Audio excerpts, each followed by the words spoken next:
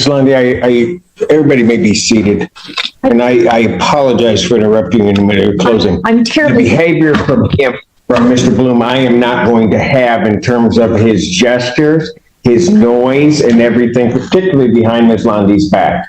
Not going to have it. Mr. Burnton, I'm going to give you a chance to talk to your client about it and tell him that he is to sit there quietly or not at all before I continue. Take him back. Notice what just happened.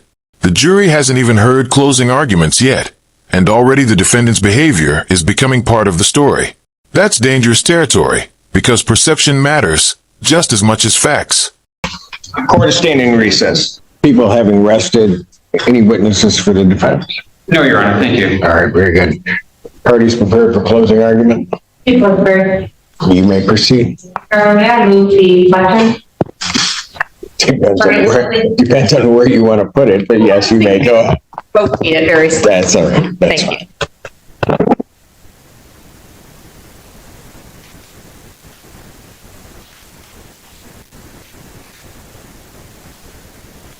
This is the prosecution building credibility brick by brick.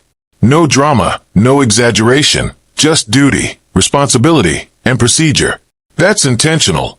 Juries trust structure more than emotion. When we started this morning, I let everyone know what I expected the evidence would show. Started talking about that Rocky Isley was a nurse working in the jail, and on that date, the defendant was incarcerated in the jail. Talked about how we were going to hear from different witnesses about the defendant reporting to experience a medical emergency. We heard from 3 different witnesses. First, from Officer Naveen, talked about how that was his assignment that day.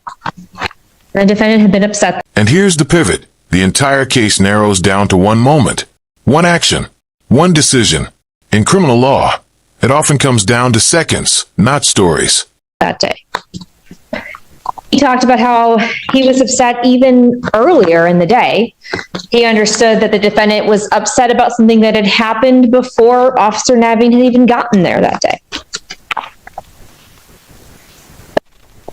We heard that he cannot ignore anyone's request for a medical emergency.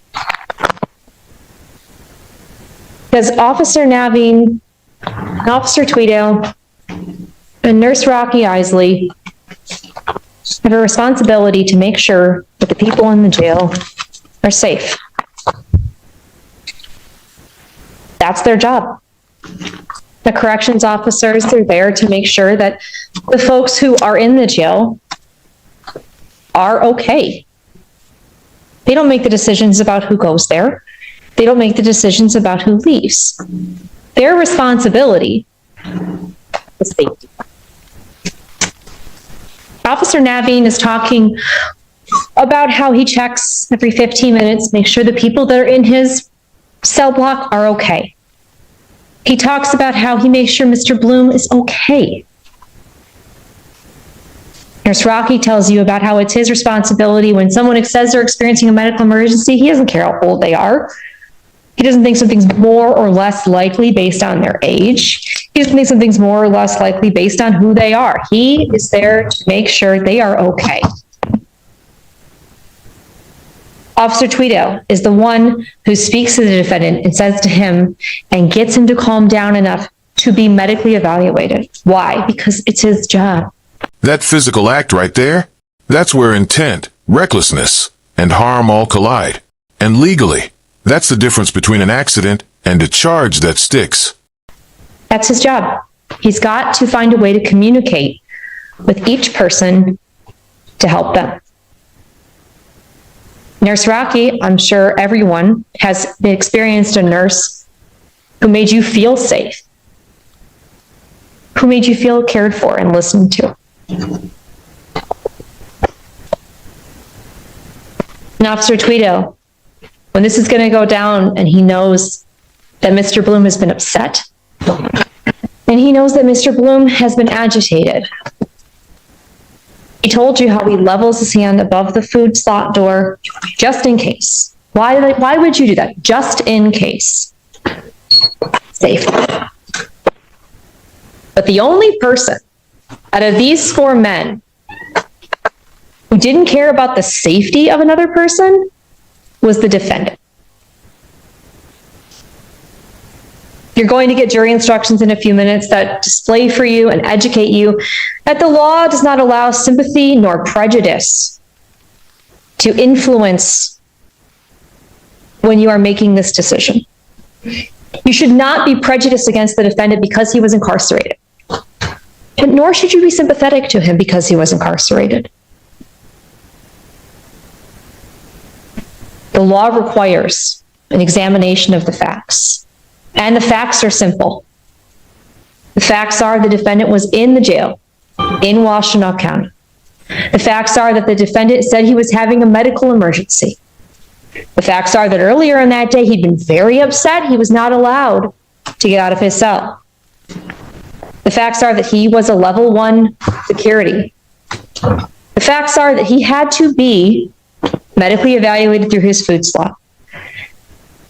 And the facts are that when he was being medically evaluated, he yanked his arm back in that food slot, and that slammed Rocky Isley into his wall, or into his door, rather. Now, I can't tell you what defense argument there might be, but I will tell you that you've seen a video, not my favorite angle. You've seen medical records, and you've got a copy of Rocky Isley's own statement that he made on May 31, the day after this happened in the night, about what happened. Everyone has a right to be safe at work. Everyone has a right to be safe at homes. All of the witnesses that you've heard from today helped to keep the defendant safe at his home. His home he didn't choose. He didn't choose to be in the jail, but that's where he was. Each of those men told you how they made a choice to keep him safe, despite his behavior, despite his... Stop for a moment. I'm sorry. I apologize. Mr. Take the jury, please. The judge interrupts again. That's extremely rare during closing arguments. Translation: the behavior isn't just inappropriate, it's risking the fairness of the entire trial. I'm so sorry, Your Honor. No, it's not you. It's not you. Take the jury, please.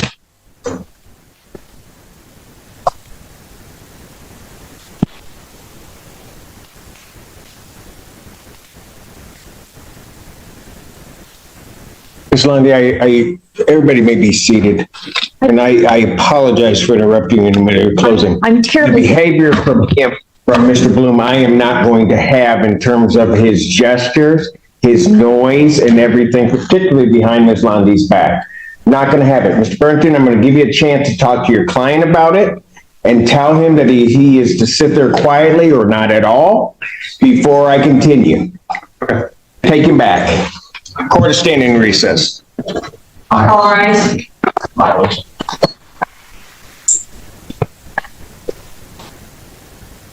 See, they just court of County, Washington, State of Michigan, and now back to the Conference today, You may be seated. And if we can bring Mr. Walkout, please. Court recalls the case of People versus Jeffrey Bloom. Absolutely. People? Good afternoon, Mayor. Sam Bernstein with on behalf of Mr. Bloom. And as I've apprised counsel, during the course of the trial, Mr. Bloom, I don't know, and I'm going to assume that, at least for these purposes, that you weren't doing it intentionally. There have been comments which I could hear all the way up here, and I'm sure the jury could hear it during the course of these proceedings, that then when Ms. Lundy got up to give her closing argument, there were additional comments.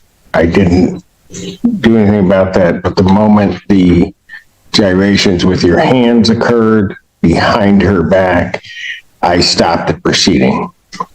I'm not going to tolerate any of that. I will stop it again if that's what we have to do, but I'm going to admonish you and warn you at this time that the court is not going to...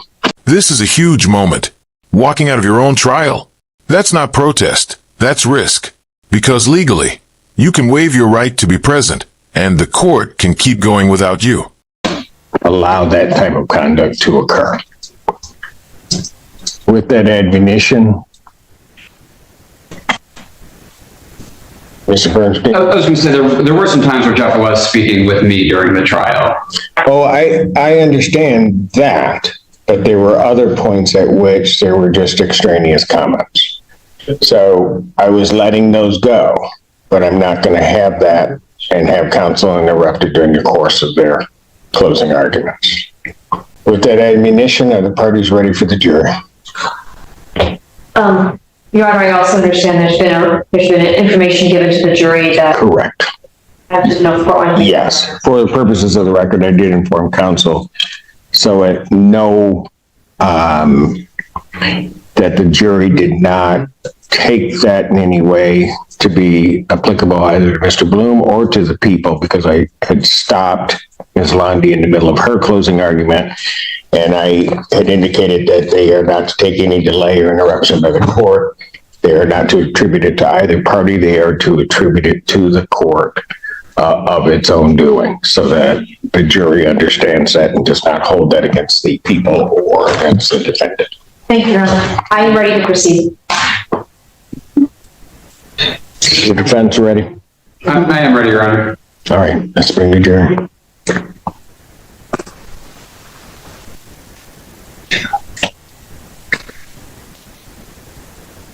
What is going on?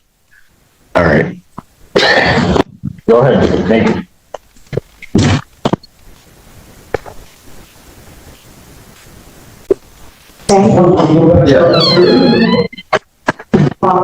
It's so hot, Mike.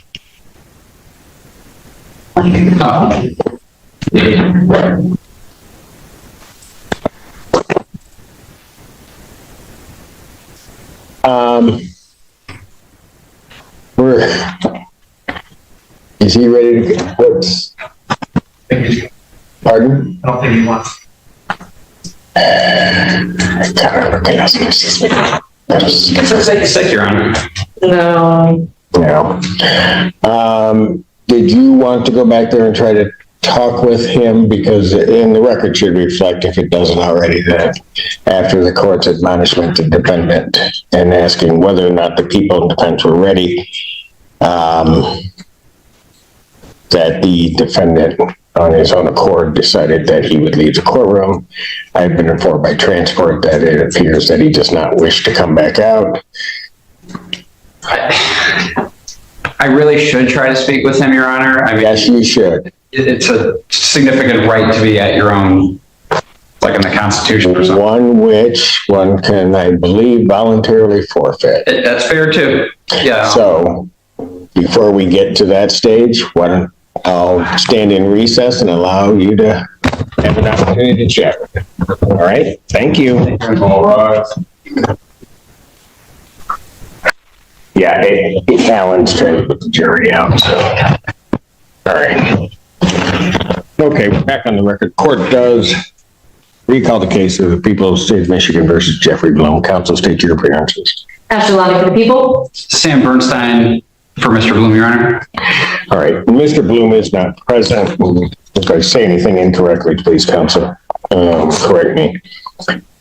Just prior to our last recess, and we were trying to continue with the trial, after the people had begun their closing argument, I stopped the proceedings, gave an admonishment, had the jury gave an admonishment to the defendant regarding comments that he was making, as well as gestures in terms of his hands, because of the positioning of the podium behind the prosecutor's back.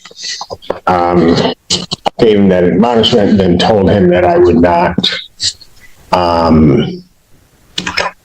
tolerate any of that behavior. At that point, I did not hear anything, or at least nothing that was audible or understandable from the court in terms of the defendant saying anything. The defendant got up and he removed himself from the courtroom. Transport took him back. I took a recess in order to allow Mr. Bernstein to speak with his client. I was then informed during the course of that from transport that Mr. Bloom did not wish to return to the courtroom. And so that's kind of where we were left. The question that arose as to whether or not this court, given the defendant's behavior, whether or not this court could continue with the trial, even though we just had closings and the verdict to go. Out of an abundance of caution, after speaking with counsel, and the court looking up for some guidance in this regard, the court did find me, I think it's Rule 43, I didn't bring my copy out of the federal rules, which specifically address the issue where a defendant removes himself from a trial in the middle of the proceedings or doesn't elect to participate. I did not see a rule specifically in the Michigan court rules governing that.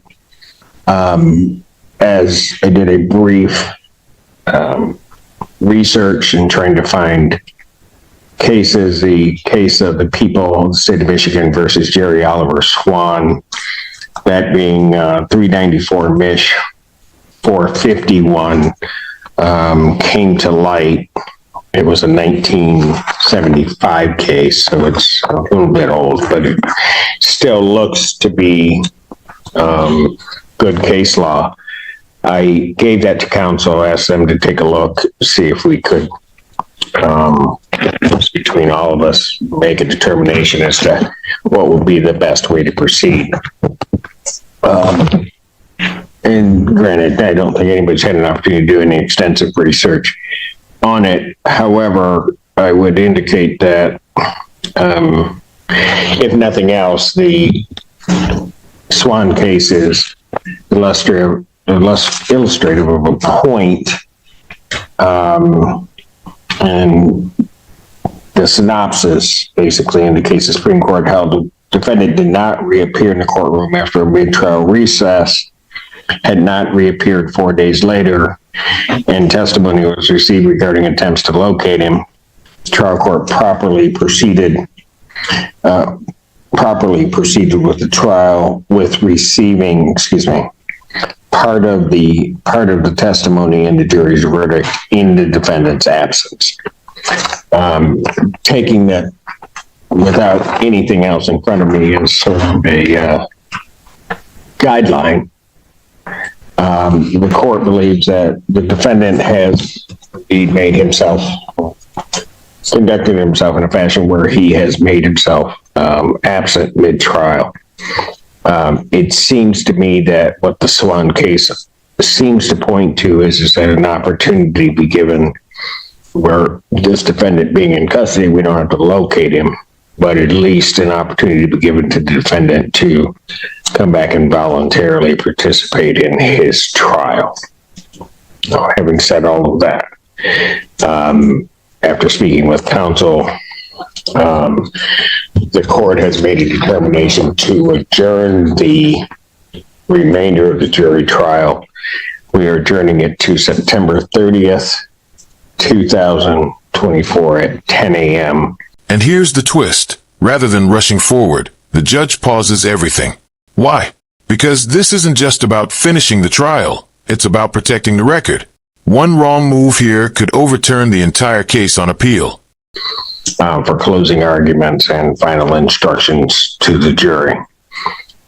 During that week period in time, in essence, the court is giving an opportunity for the defendant to reconsider his decision.